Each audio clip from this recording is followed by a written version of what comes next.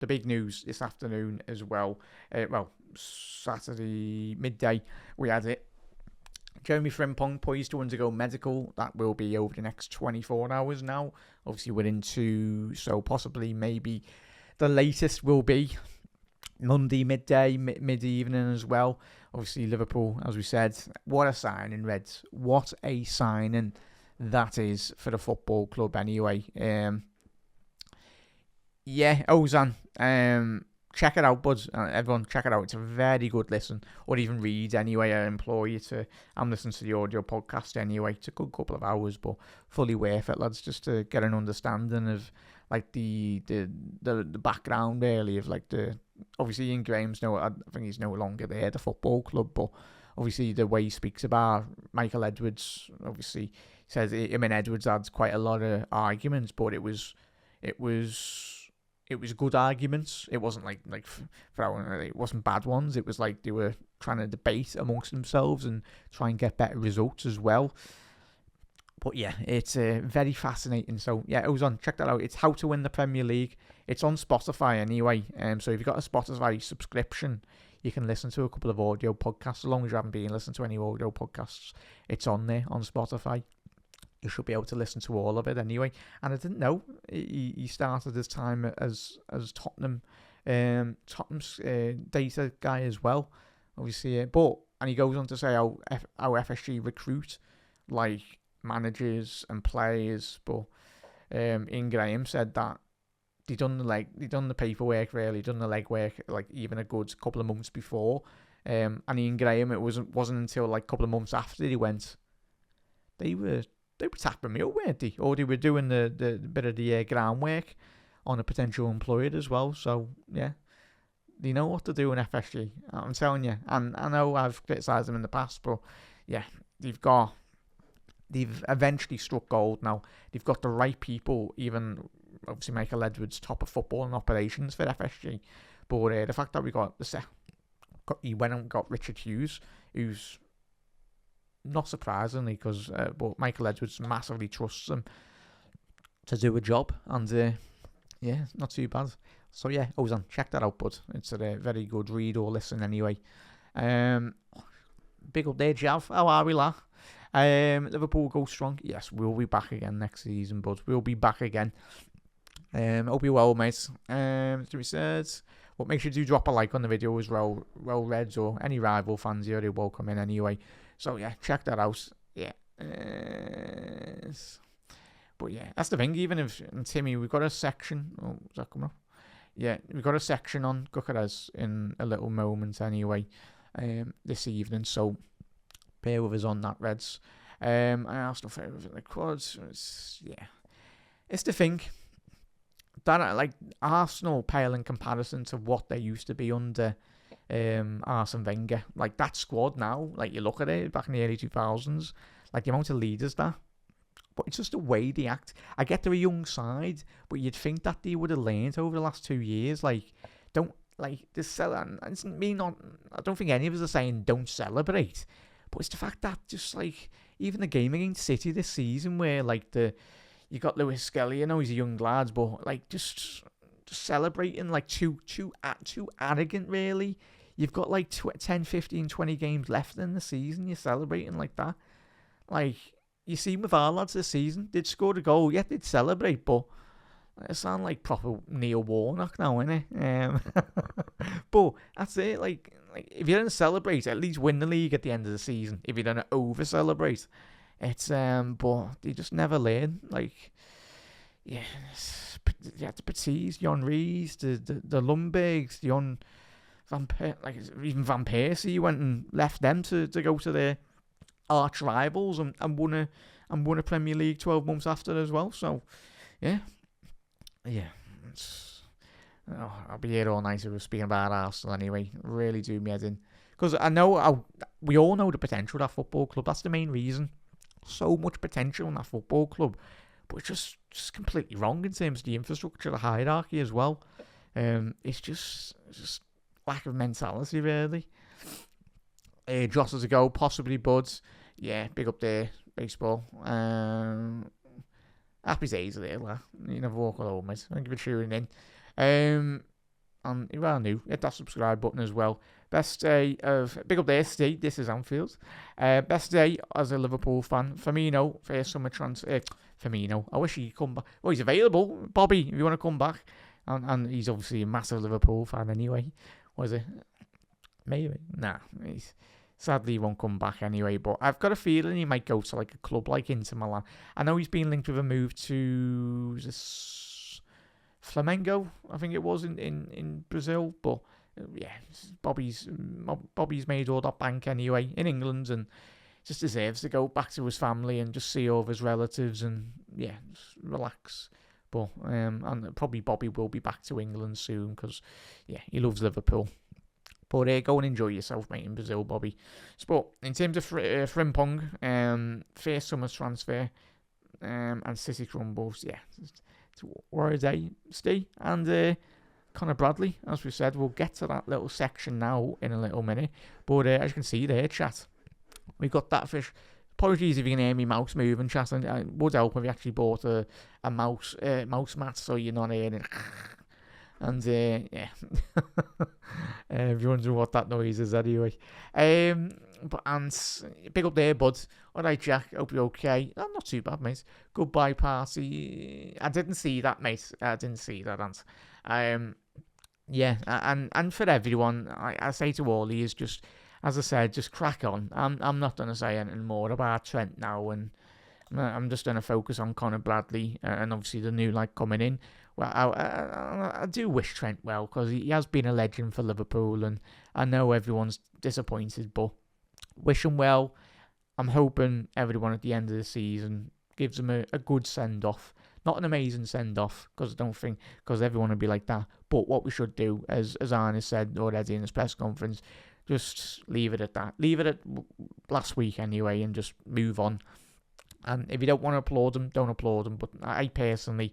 I'm just gonna crack on really, and it'll get us frame, and yeah.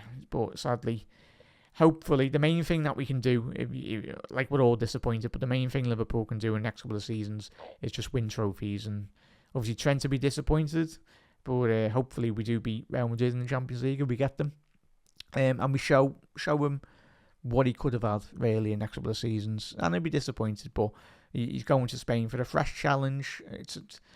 To blame him for the weather, really.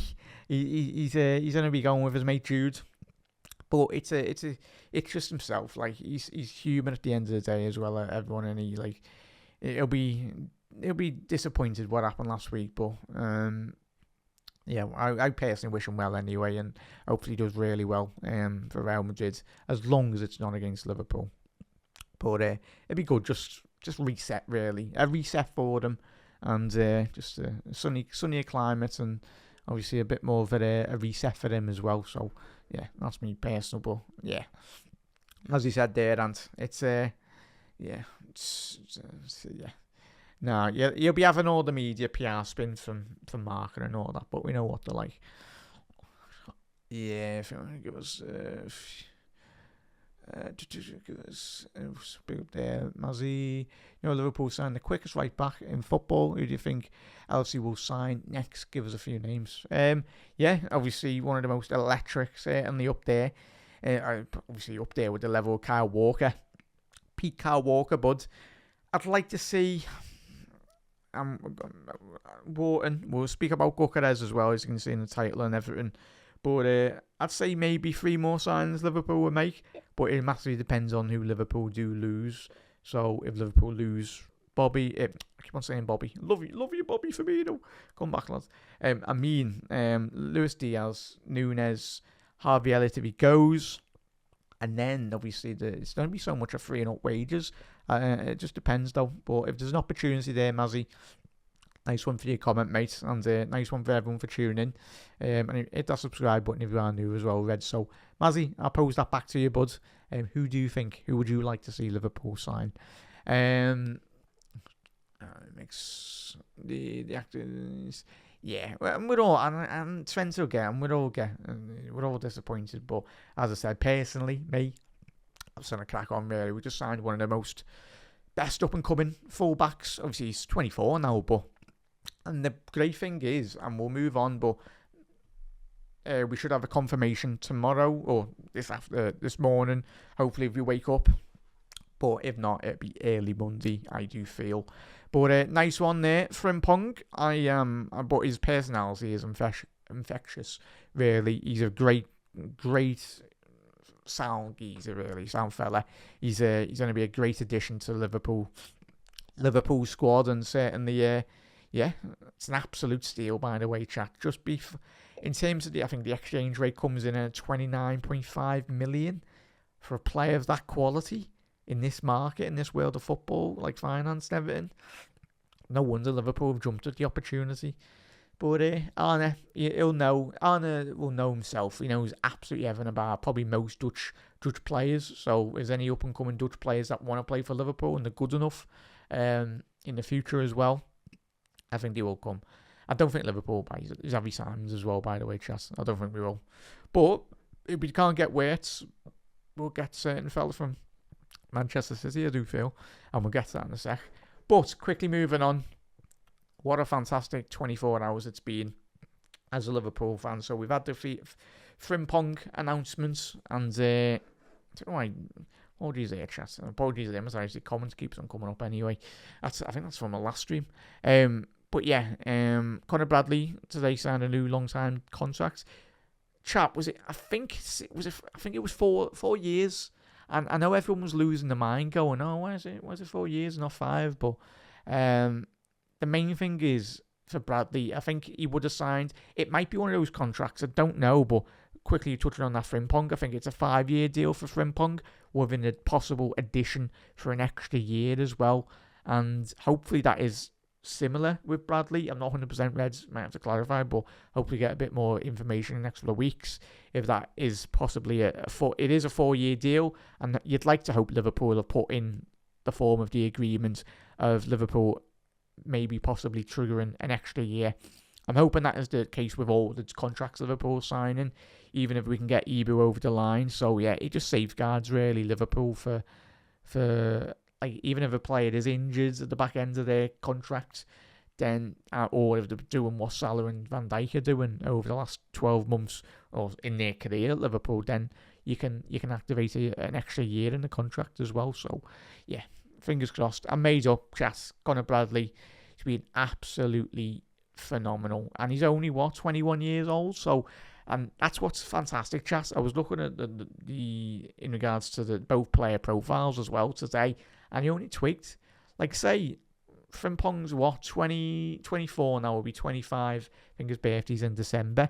So Frimpong will be 25 next season, as we go into next season. So say Frimpong leaves, say, at the end of his contract, say, 29, 30 odd. Conor Bradley's going to be 24, 25, 26, like 25, 26.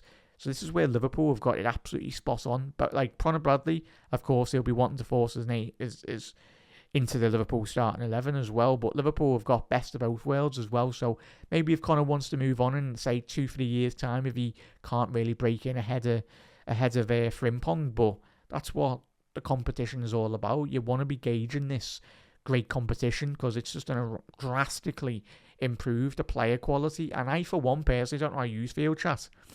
Anyway, and all the Reds as well. I do feel, and this is not me having a go at Bradley because he's still a young lad, but in terms of the competition for Trent, I do feel Trent's quality could have been pushed over the last couple of seasons. Trent's not been the Trent that we seen like 3-4 seasons ago under a prime Jurgen Klopp team. I think the last 2 years have been very disappointing from Trent, if I'm being honest.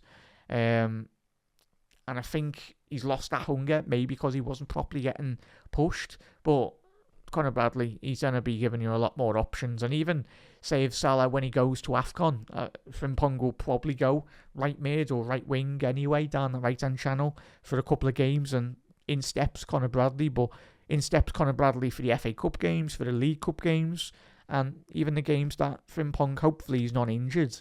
But if he is, then Conor Bradley's he's still got a lot of development to do as well, Reds. I get where everyone's saying about his game and that, but let's not forget, he's 21. Like, he's still got plenty of time to develop as a player.